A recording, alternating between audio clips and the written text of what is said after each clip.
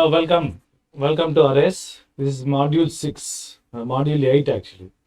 This is module 8, arrays. Array is one of the important data structure that is supported by the C language.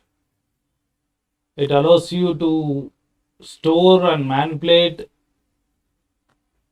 a collection of elements. So the general name for arrays is actually collections. Collections are supported by different languages in different ways. C language supports collections using arrays.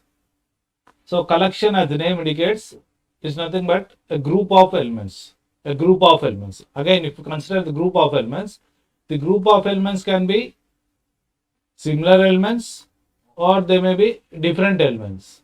Similar and different elements. In case of similar, we use the term actually homogeneous. Different means heterogeneous. So we have a group of elements. So how do you create a group of elements? How do you access them? How do you manipulate them? And what is the net effect of manipulating, etc. So all those things we'll study in this module. So why arrays? What happens if you don't have arrays? If you take any reasonable program, a reasonable program will contain usually more than 10 variables. You may be writing simple programs like adding two numbers, etc. But they're too trivial. In real life, in real environment, you don't write such programs actually. Because you are a beginner, you are writing. So usually you write programs of 50 lines, 60 lines, sometimes 100, 300, 1000 lines also. Okay. So huge number of lines you are going to write. So whenever you write the code, definitely you are making use of the variables. Remember C is a imperative language. Imperative, imperative language. So C is a imperative language. Imperative languages achieve their primary effect by assigning values to variables. You may directly assign a value to a variable, say a equal to 10, or you may evaluate an expression and the evaluation of expression will result in a value, and that value you assign to a variable. But you achieve the primary effect by assigning values to variables. So if you write a 300 lines, 1000 lines program, then definitely you will be having say 50-60 variables. Remember, this variable is an identifier in any language, not just in C. It is an identifier which identifies it. So whenever we use the term identifier, that means the other identifiers will be different from this identifier. So that means the name that you give to the variable, the name you give to a particular variable should be different from all the names that you give to all other variables.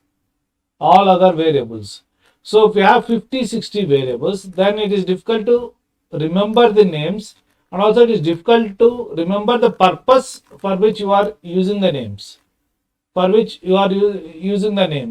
So control over the variables becomes complex.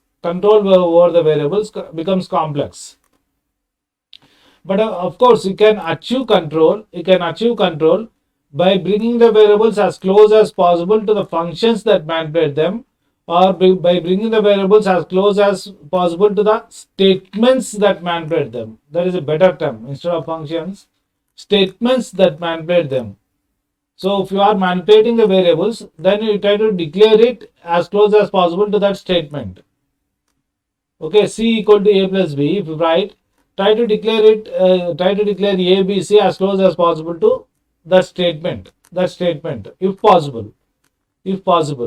Okay, if you otherwise, sometimes suppose if A and B are also the variables, definitely if you want to read them, before that read statement there should be declarations, otherwise compiler will generate an error. So whenever you are declaring the variables, declare the variables as close as possible to the statements that manipulate them. But one observation is, most of the times the variables are similar in nature, that is, they have similar characteristics. Most of the times the variables are similar in nature. Suppose you take a student will have marks. So marks are similar. All the marks are similar. They will be from 0 to 100. So usually manipulate means you add it, maybe multiply it, divide if necessary, etc., etc. So you perform similar operations also. So they have similar characteristics. So if you use different names, it becomes complex. To handle similar elements, we have what is called as collection of elements. So all the similar elements are brought together and we call it as collection. So collection is a grouping. This is the definition from Wikipedia. In computer science, a collection is a grouping of some variable number of data items that have some shared significance to the problem being solved and need to be operated upon together in some controlled fashion. So a collection is a group of elements. So obviously more than one element is actually required for grouping, though this, according to this definition, possibly 0. So if 0 elements are there, then there is no need of collection actually. But I know you need to have at least one element. The important point is that they have some shared significance. What do you mean by shared significance? All of them have similar characteristics and are used for some similar purpose. Suppose marks of different students. So they have similar characteristics and they are used for similar purpose, in the sense that they represent the marks of a particular student, marks in a particular subject. Like that, they have similar purpose. So whenever we manipulate, we also manipulate in a similar way, adding, subtracting, etc. Identical operations. Similar operations are generally performed, but identical operations may also be performed on them. So examples. So marks of a student in a subject. So they definitely have similar characteristics. Total marks of students. So total marks of each student. Okay. So they represent the total marks. And that is generally obtained by adding the individual marks or marks in different subjects. Roll number of a student, each student will have a roll number. So, but each student will have a different roll number. So the height of persons, income of employees, all these are examples where these you can have different variables, or you can represent them using array. But different variables have similar characteristics. So why not we represent it using array? Now why we represent it using array, we'll see. Because they have similar characteristics. But how do we manipulate them, we will see. So that is one level.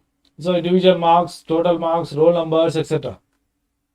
Next, students of a class with details like roll number, name, address, class, etc. That means there will be different students. Each student will have roll number, name, address, class, and all these can be different. Roll number, name, address, class, etc. can be different. But there will be a group of students. So with attributes roll number, name, address, class. So here the collection is students. Sportsmen, different sportsmen, but with characteristics height, weight, BMI, etc. So all the sportsmen have those characteristics. And matrix elements, which you might have studied in your mathematics, matrix elements. So they are arranged in the form of rows and columns. If you see the matrix elements are definitely they can be integers, they can be real values. So, but they are identical. They are identical, rows and columns. Points in a three-dimensional space with xyz coordinates. Each point may have different xyz coordinates, but all are points basically. But all are points basically. From the above examples, we can infer that a collection can be a group of items of single type. Single type. For example, marks of a student can be all integers or real values. Whether they belong to the first student or last student, they are basically marks. They are basically marks. The collection can be group of students where each student has same attributes. So roll number, name, address, class, etc. They have same attributes. Similarly, matrix is a group of elements of same type made out of rows and columns, and similar in the case with a point. Each point may have two coordinates or three coordinates depending on whether it is two-dimensional or three-dimensional. Two-dimensional or three-dimensional. So different programming languages support collections in different ways. So these are some of the examples. These are some of the examples.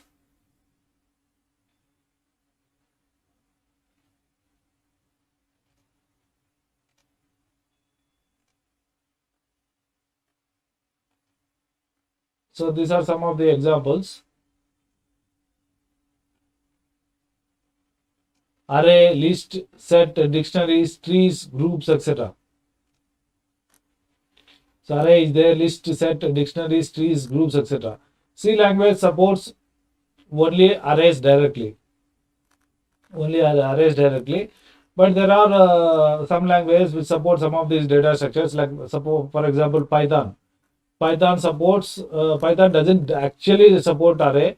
So Python is supported as a separate library, but it directly supports list, set, dictionaries. List, set, dictionaries. So these are the other types of data structures. Data structures and trees and groups can be implemented using these arrays, lists, etc. So sample collections. Different programming languages may support different data structures. If collection contains more than one element, then what is the size of it?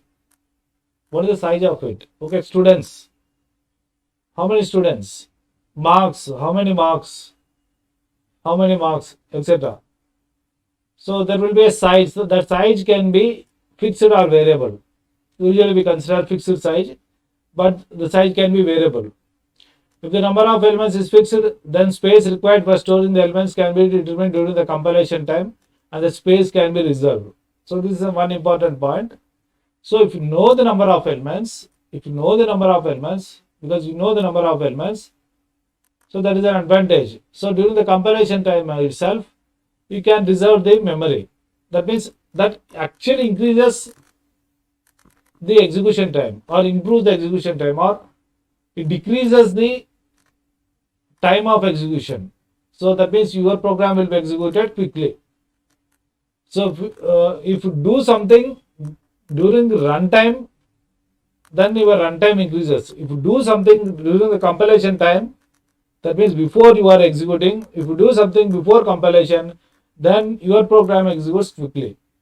That point you remember.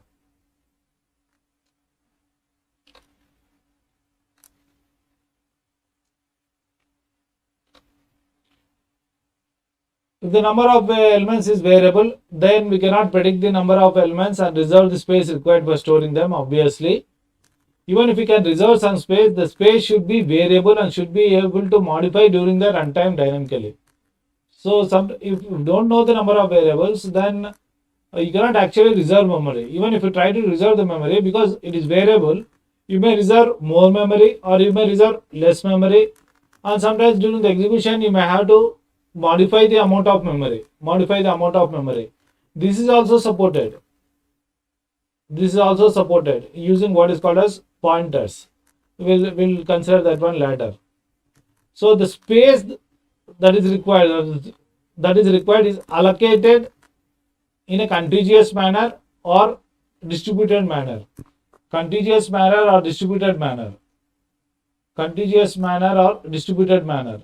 Suppose if you consider this as memory.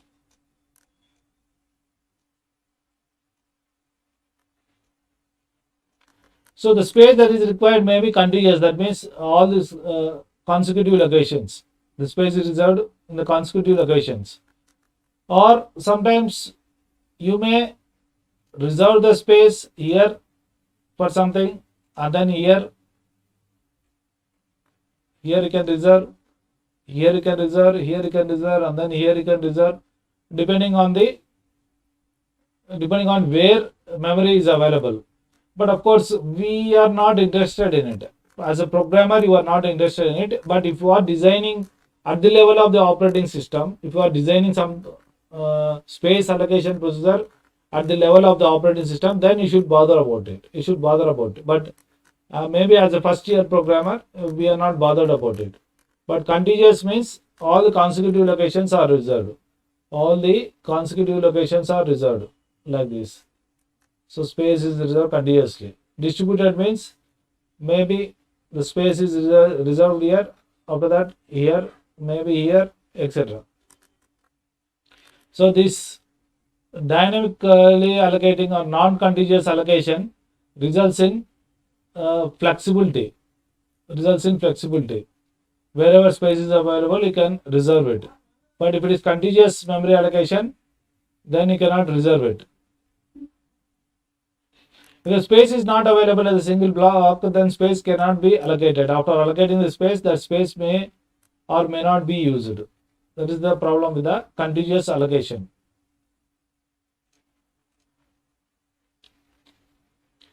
So memory as a collection of cells, you can see here. So memory is like this usually. These are called as cells. Each cell is usually capable of storing 1 byte of information. 1 byte of information. So this will be the 0th location, 1, 2, 3, 4, 5 like that. So memory will be like this only. Memory is byte addressable. That means given the specific byte number, you can go to that memory location. Memory is byte addressable. Accessing the individual elements of a collection. Okay, you have this group of elements. Fine. But how do you access the individual elements? So 10 elements are there. How do you access the different elements in that collection? So usually what happens is, for this collection we give a common name. For this collection we give a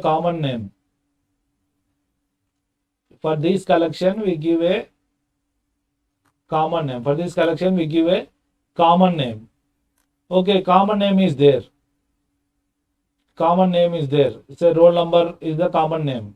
How do you access the roll number 1 of a student, roll number of a first student, roll number of a second student, etc.? How do you do it? So that is done using what is called as subscripting or indexing. So we'll use the term indexing. More general way is using keys. So the individual elements.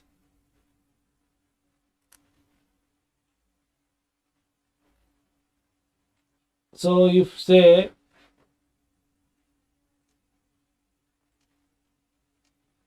A is the collection name, then how do you access the first element of that collection, second element of that collection, etc.? So there are different ways, but generally used one is, we use what is called as integer indexing. Integers as indexes. So A of 1, A of 2.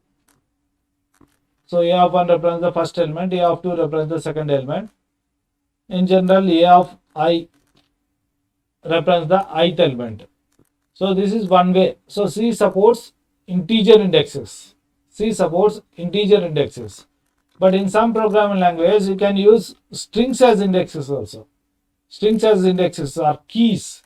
Keys are used as indexes. Keys are usually strings. Some string. So A of first. So in that case, A of first represents the first element. So like that. So you can use keys. So these type of data structures are supported by Python, but C supports only integer indexes. So we'll consider only integer indexes. So indexes or keys should be unique, whether they are integers or whether they are keys or strings. They will be unique. They will be unique. So that is regarding the arrays. That is regarding the arrays. You can refer to any book. So please go through this website. It provides some information, required information for you. So synergy.